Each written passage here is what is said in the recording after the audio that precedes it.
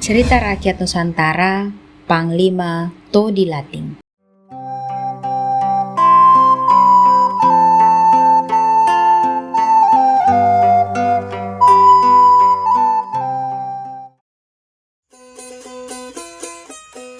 Dahulu, di sebuah bukit Napo di daerah Tamajara, Polewali Mandar, berdiri sebuah kerajaan Balanipa yang dipimpin oleh Raja Balanipa yang sudah 30 tahun tidak pernah mau turun dari jabatannya.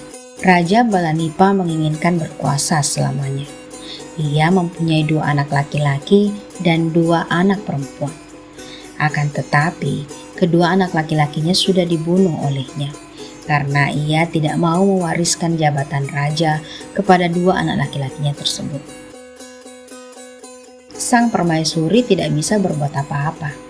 Ia selalu merasa cemas jika sedang mengandung. Ia takut anak yang dikandungnya itu seorang bayi laki-laki lalu akan dibunuh lagi oleh suaminya. Pada suatu hari, sang permaisuri sedang mengandung. Sebentar lagi ia akan melahirkan. Pada saat itu, Raja Balanipa hendak pergi berburu dalam waktu yang lama. Maka sang raja berpesan kepada Panglima Puangmoso untuk menjaga permaisurinya dan juga meminta untuk membunuh bayinya apabila yang lahir adalah bayi laki-laki. Setelah itu, berangkatlah Raja Balanipa ke Moso. Esok harinya, sang permaisuri pun melahirkan seorang bayi laki-laki yang tampan. Anehnya, lidah bayi itu berwarna hitam dan berbulu. Puangmoso yang mengetahui bahwa permaisuri melahirkan bayi laki-laki, ia merasa kasihan dan tidak tega membunuh bayi itu. "Aku tidak mungkin membunuh bayi yang tidak berdosa ini," ucap Puangmoso sambil menatap bayi laki-laki di depannya.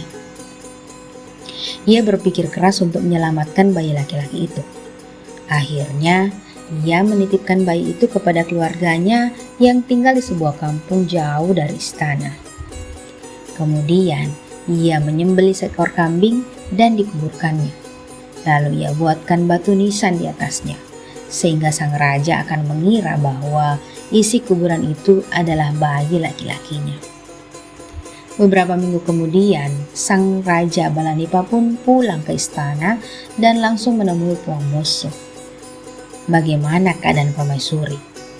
Apakah sudah melahirkan?" tanya sang raja.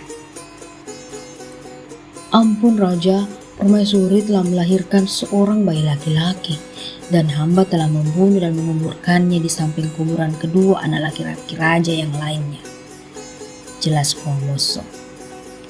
Raja Balanipa segera menuju tempat kuburan bayi laki-lakinya itu. Ia belum yakin jika belum melihat langsung kuburan itu. Sampainya di sana, tampaklah sebuah kuburan kecil yang masih baru. Sang raja pun percaya bahwa bayi laki-lakinya sudah mati. Ia pun kembali menjalankan tugasnya sebagai raja dengan perasaan tenang dan bahagia karena tidak ada lagi yang akan menggantikannya. Waktu terus berganti. Putra raja yang dahulu Puangmoso titipkan di kampung halamannya sudah besar. Ia tampan dan kekar. Ia juga sangat akrab dengan Puangmoso karena hampir setiap minggu Puangmoso menemuinya secara diam-diam. Puangmoso juga menceritakan asal-usulnya yang bahwa sebenarnya ia adalah putra Raja Balanipa.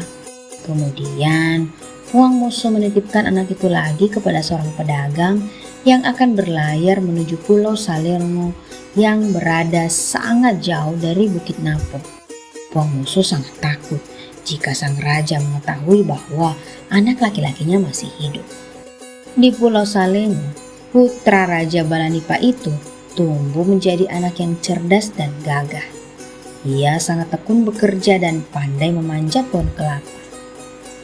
Hingga suatu hari, ketika ia sedang memanjat pohon kelapa, tiba-tiba seekor burung Raja Wali raksasa menyambarnya lalu membawanya terbang ke tempat yang jauh, yaitu di daerah goa.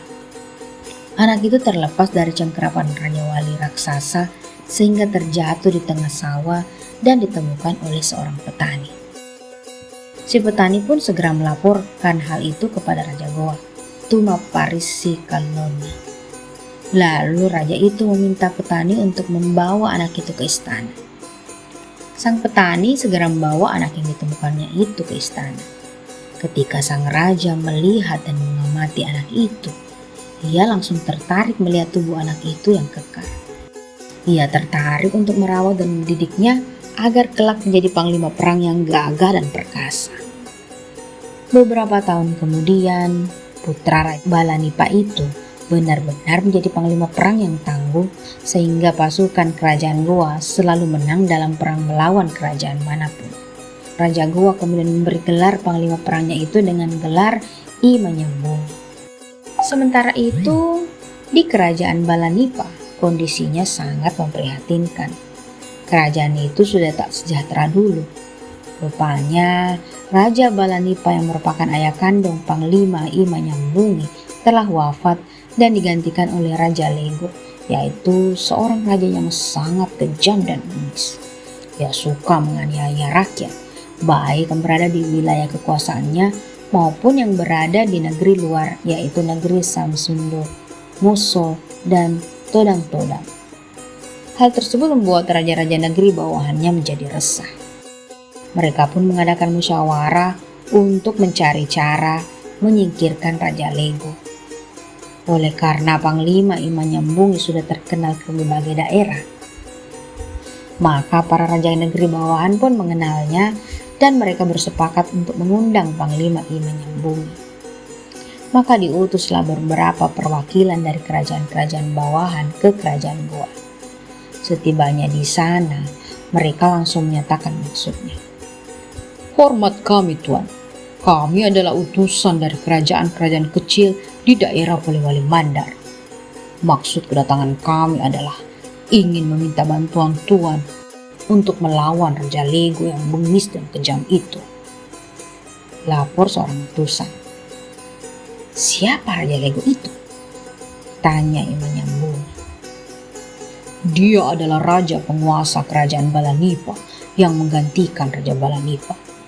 Ia suka menganiaya rakyat kami tanpa alasan yang jelas," tambah salah seorang utusan. I Menyambungi sangat terkejut saat mendengar jawaban itu. Ia jadi teringat dengan ayahnya, Raja Balanipa dan keluarganya yang pernah diceritakan oleh Puang Muso dahulu. Bagaimana dengan Raja Balanipa dan keluarga istana lainnya, juga Panglima Puang Muso? Tanya I Menyambungi cemas.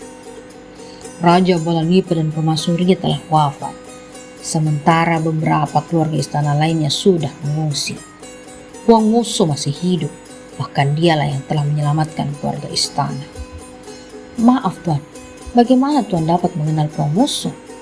tanya utusan yang lain heran. Kemudian Panglima I Menyambungi menceritakan asal-usulnya yang merupakan anak dari Raja Balanipa. Para utusan dari Mandar itu pun terkejut dan segera memberi hormat.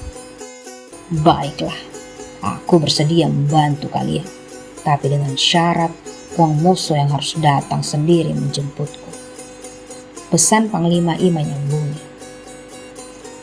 Para utusan itu pun menyanggupinya. Sampainya di Mandar, mereka segera menemui Puang Muso. Mendengar laporan para utusan itu, Puang Muso menjadi heran dan cemas. Mengapa harus ia yang menjemputnya? Siapakah sebenarnya panglima perang dari Goa itu? Puang Muso terus berpikir selama perjalanan ke Goa. Sesampainya di Goa, Puang Muso segera menghadap Panglima I Menyambungi. Hati Puang Muso semakin berdebar kencang, sedangkan I Menyambungi yang selalu tersenyum sambil menatap Puang Muso dengan berkaca-kaca. "Kaukah Puang Muso?" tanya Panglima I Menyambungi dengan mata berkaca-kaca. "Benar Tuan," jawab Puang Muso kebingungan. "Maafkan aku Tuan, bisakah Tuan menjulurkan lidah sebentar?" pinta Puang Muso hati-hati. I Menyambungi kemudian menjulurkan lidahnya. Ketika melihat lidah I Menyambungi berwarna hitam dan berbulu, maka semakin yakinlah Puang Muso jika panglima itu adalah putra Raja Balanipa yang dulu ia titipkan kepada seorang pedagang. Puang Muso segera memeluknya sambil menangis haru. "Engkaulah putra Raja Balanipa," ucapnya sambil memeluk erat I Menyambungi yang juga membalas pelukannya. Benar Puang Moso, terima kasih telah menyelamatkan nyawa aku ketika aku masih kecil dulu, kata Panglima Imanyambung. Puang Moso menepuk-nepuk bahu Imanyambungi sambil mengangguk. Kemudian saat tengah malam, Puang Moso dan Panglima Imanyambungi beserta beberapa pengikutnya meninggalkan istana kerajaan Goa menuju Bukit Napo. Sejak saat itu, Panglima Imanyambungi dikenal dengan nama Panglima Todilati. Sementara itu, Raja Lego semakin kejam terhadap rakyat yang lemah. Semua warga tak ada yang berani melawannya. Maka saat melihat hal itu, Panglima Todilati mengajak para warga untuk memerangi Raja Lego. Mereka menyetujuinya dengan penuh semangat. Pada waktu yang telah ditentukan, Panglima Todilating beserta seluruh warga segera menyerbu istana Raja Lego. Pertempuran sengit pun tak dapat dihindari lagi. Pasukan Raja Lego akhirnya menyerah. Sementara itu, Raja Lego yang dihadapi langsung oleh Panglima Todilating masih mampu melakukan perlawanan. Keduanya saling mengadu kesaktian. Namun akhirnya Raja Lego kalah juga dan mati di ujung tombak Panglima Todilati. Seluruh warga menyambut kemenangan itu dengan sangat gembira.